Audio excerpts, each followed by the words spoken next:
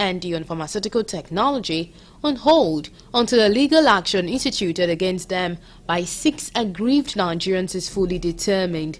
The judge said that since the NBTE and PCN have become aware of the pendency of the suit against them and even joined issues with those who filed the case against them, they should maintain status quo till the suit is fully determined. Specifically, Justice Lifu ordered that no step must be taken by any of the parties on the subject matter until he has taken final decision on the dispute. The judge had earlier ordered the NBTE and PCN to appear before him and explain the rationale behind the move to scrap the award of Higher National Diploma of Pharmaceutical Technology in all institutions in Nigeria. He ordered them to appear before him for the defense, but the matter could not proceed due to non-completion of service of processes filed. However, the 6 plaintiffs, through the lawyer, moved on ex parte application praying the court for permission to join the Minister of Education in the suit. The plaintiffs told the court that the decision to join the Education Minister was informed by the fact that the ministerial meeting where the resolution to scrap the HND certificate in pharmaceutical technology was conveyed at his instance. After taking argument of the lawyer, Justice Lifu fixed September 11 for ruling in the application. On Thursday, a valedictory session of the Supreme Court of Nigeria was held in Abuja, the Federal Capital Territory, for the outgoing Chief Justice of Nigeria, Justice Olukayode Ariwoola. Former President Muhammadu Buhari appointed Ariwoola as acting CJN in June 2022, following the resignation of Justice Tanko Mohammed on health grounds. Justice Ariwoola was subsequently sworn in October of the same year following his confirmation by the Senate. Ariwoola was appointed a Justice of the Supreme Court of Nigeria in 2011. He was a Justice of the Court of Appeal between 2005 and 2011 after having been elevated from the State High Court of Oyo State. The event brought together eminent legal practitioners from the bar and bench across Nigeria. On his remarks, the Attorney General and Minister of Justice, Lateef Fagbemi-San, described Justice Olukayode Ariwoola as an outstanding jurist, a communal personality who prioritizes the need of the people. Fagbemi added that through his numerous and outstanding contributions to the legal profession, he said present administration under Tinubu remains committed to changing the narrative in the judicial sector and place it as the best in the global community. All the speakers at the event equally eulogized the contributions of the Chief Justice of Nigeria to legal profession and political development in Nigeria. Still on Thursday, the All Progressive Congress-led Caretaker Committee Chairman in Rivers State, Tony Okocha, announced that the party will not participate in the October 5, 2024 local government elections.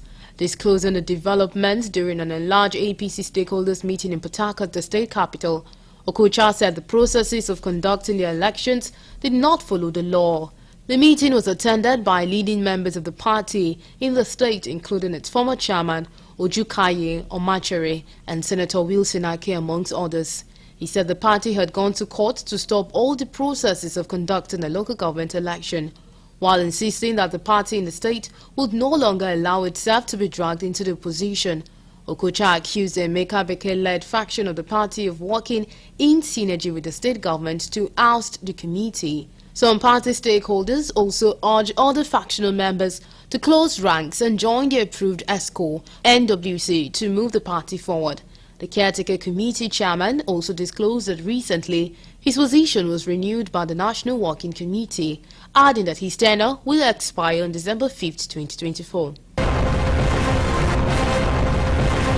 On Friday, President Bola Tinubu charged Justice Kekere Ekun to be faithful and loyal to the Constitution when discharging her duty as the acting Chief Justice of Nigeria.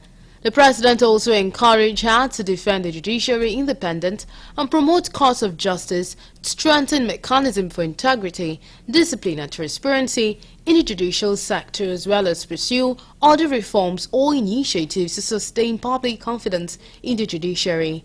The president gave the charge during the swearing-in of the acting CJN at the Presidential Villa, Abuja. It was a solemn assembly as the acting Chief Justice of the Federation mounted the podium as the president decorated her with the hood of the Grand Commander of the Order of Niger, GCON. In the presence of the bench and the bar as well as other government functionaries, Justice Kekereekun held the Quran while taking the oath of allegiance and office. Elated, President Tinubu, who administered the oath, acknowledged that the position of the CJN comes with enormous responsibilities as the lead of all judicial institutions in the country. He, however, wants the occupant of the position to imbibe the highest level of integrity in the discharge of duties given the finality of the Supreme Court judgment. The acting CJN, who will now wait for the confirmation of her appointment by the Senate, assured of her resolve to take the judiciary to greater heights. She also spoke about the battered image and integrity of the judiciary, saying her administration will work to improve on its reputation and make sure that people have more confidence in the judiciary. Still on Friday, the Minister of Works, David Umahi, declared that the ministry will not propose any new projects for the 2025 fiscal year, aiming to minimize or eliminate the occurrence of abandoned projects.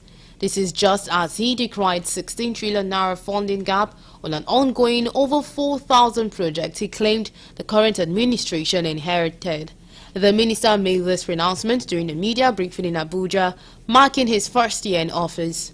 Umahi disclosed that the ministry would not propose new projects for the 2025 fiscal year unless otherwise dictated by the president, stressing that he asked the Ministry of Finance to provide funds for the completion of the ongoing project. The minister further explained that inflation had contributed significantly to the rising cost of most of the project and it will be in the nation's best interest. Umahi reiterated the federal government commitment to completing the project, asserting that all legal and procedural requirements were followed. The minister further highlighted initiatives aimed at ensuring value for money in government projects, including the removal of the consumer price index from all contracts and the introduction of inflow pricing. Additionally, Umahi outlined the ministry's new four-way project provision, which mandates that 4 field staffs be on site to monitor project execution. And that's all we have on Tracking the Week.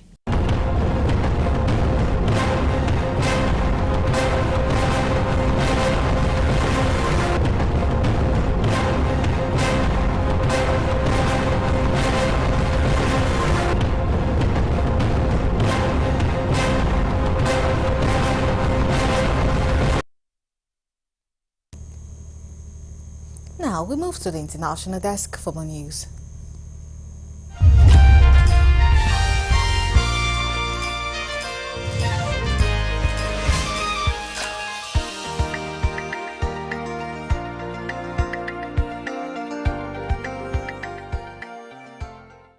This is news from the international scene. At least 28 people have been killed in Israeli attacks on the Gaza Strip since dawn on Sunday as a weekend of devastating strikes on the enclave continues. Medical sources gave the updated death toll to newsmen, adding that the attacks have taken place across Gaza. The attacks bring the death toll since the start of Saturday from Israeli attacks in Gaza up to 71, with 112 injured, according to the Gaza Ministry of Health. Victims are also still believed to be under the rubble, with ambulances and civil defense crew unable to reach them. Among the dead are at least 8 Palestinians who were killed in an overnight Israeli air attack in the eastern part of Deir el-Balha in the central Gaza Strip. Witnesses reported that there was a drone strike before an Israeli jet dropped a giant bomb. News agency reported, quoting local sources in Gaza, that the Israeli military launched a heavy barrage of attack and made a series of intense air raids on the enclave. They struck a house belonging to the Mammar family in Al-Eker, resulting in the killing of the family members. Last week, the Israeli army called on Palestinians seeking shelter in the eastern part of Deir el-Bala to move westward as the area has been declared a red zone. At least 5 people have been killed and 13 others wounded during an overnight Ukrainian strike on Belgorod, according to officials in the Russian region. Regional Governor Vyacheslav Gladkov announced the death toll on the Telegram messaging app on Sunday morning, saying 3 minors were among those wounded in the attack on the settlement of Rakitinoye. Kyiv has increased its strike inside Russian territory after launching a surprise ground offensive into the Russian Kursk region 2 weeks ago. In mid-August, Gladkov declared a state of emergency in the region due to Ukrainian bombardment. In response, Russia's Ministry of Defense said it was sending more troops to the region to defend it in light of the Kursk incursion. The ministry announced on Sunday that it sent more artillery units to Kursk to aid soldiers in pushing back Ukrainian forces. Meanwhile, in Ukraine, the governor of the eastern Donetsk region, Vadmy Filashkin, said on Sunday an overnight Russian strike at Ita Hotel in Kramatorsk. 2 journalists were wounded in the attack and a third one is missing. Filashkin said, adding that they were British, American and Ukrainian nationals and that a search operation was underway. News agency said in a statement that a 6-member team was staying at the Hotel Sapphire in Kramatorsk when it was hit. The agency said the Russian Defense Ministry did not immediately respond to a request for comment on the strike. At least 13 people have died and 14 others are missing after a boat sank off the coast of Yemen. The United Nations Migration Agency has said the boat, which departed from Djibouti carrying 25 Ethiopians and 2 Yemeni nationals, sank near Dubab district in Bani el-Hakam sub-district, it added. 11 men and 2 women were among those confirmed dead as search operation continues to locate the missing, including the Yemeni captain and his assistant, the IOM said. It's noted that the cause of the shipwreck remains unclear. Tens of thousands of refugees and migrants settle yearly from the Horn of Africa seeking to escape conflict, natural disasters or poor economic prospect and sailing across the Red Sea in a bid to reach the oil-rich Gulf. The IOM recorded more than 97,200 arrivals in Yemen in 2023, surpassing the previous year's numbers. People who do reach Yemen often encounter further threat to their safety, as the Arabian Peninsula's poorest country has been mired in civil war for nearly a decade. Many are trying to reach Saudi Arabia and other Gulf countries for employment as laborers or domestic workers. Still on the international scene, river waters in low-lying Bangladesh are receding after days of deadly floods, but 300,000 people are still in emergency shelter requiring aid, disaster officials said on Sunday. The heavy flood, which killed at least 18 people in Bangladesh, have added to the challenges of a new government that took charge this month after mass students-led protests. Rescue teams, including joint forces of the Army, Air Force and Navy, are helping people forced from their homes and bringing aid to those who have lost everything.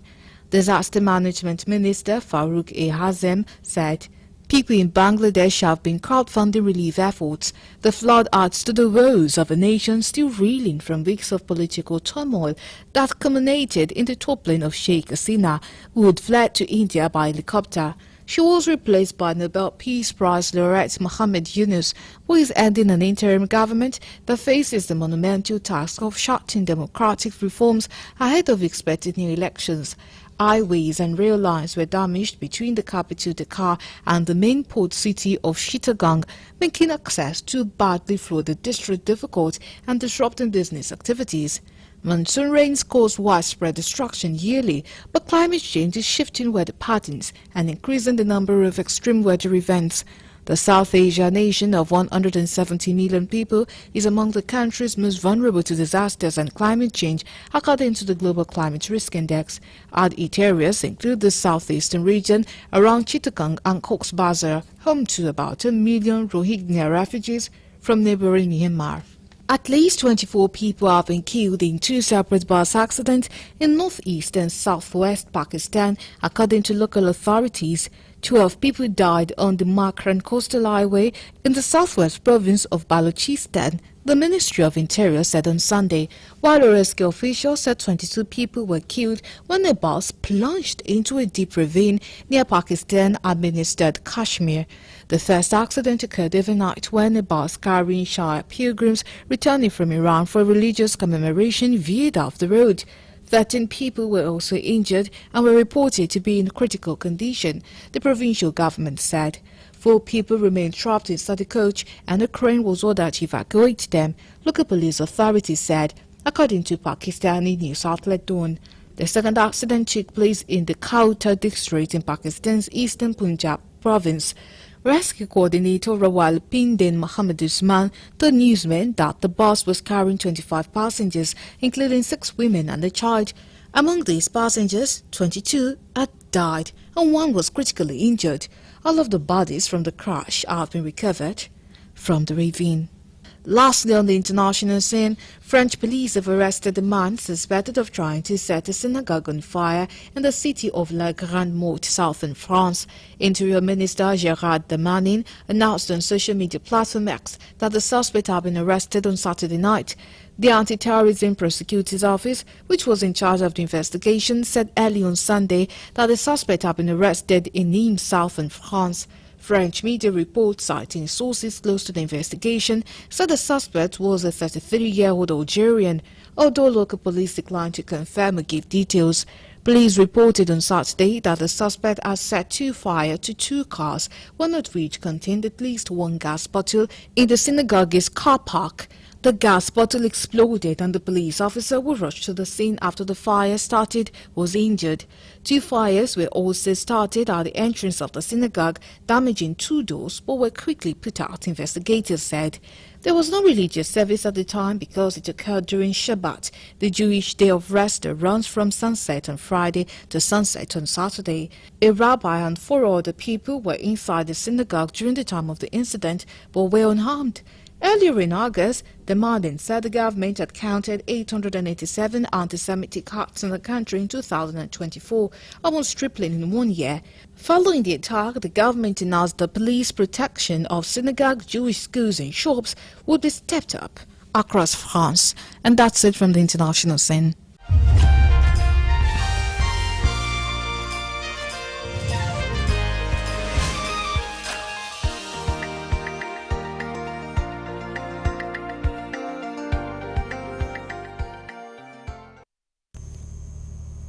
And that is all we have for you. We thank you so much for watching. My name is Iribami Salako. Do have a pleasant week ahead.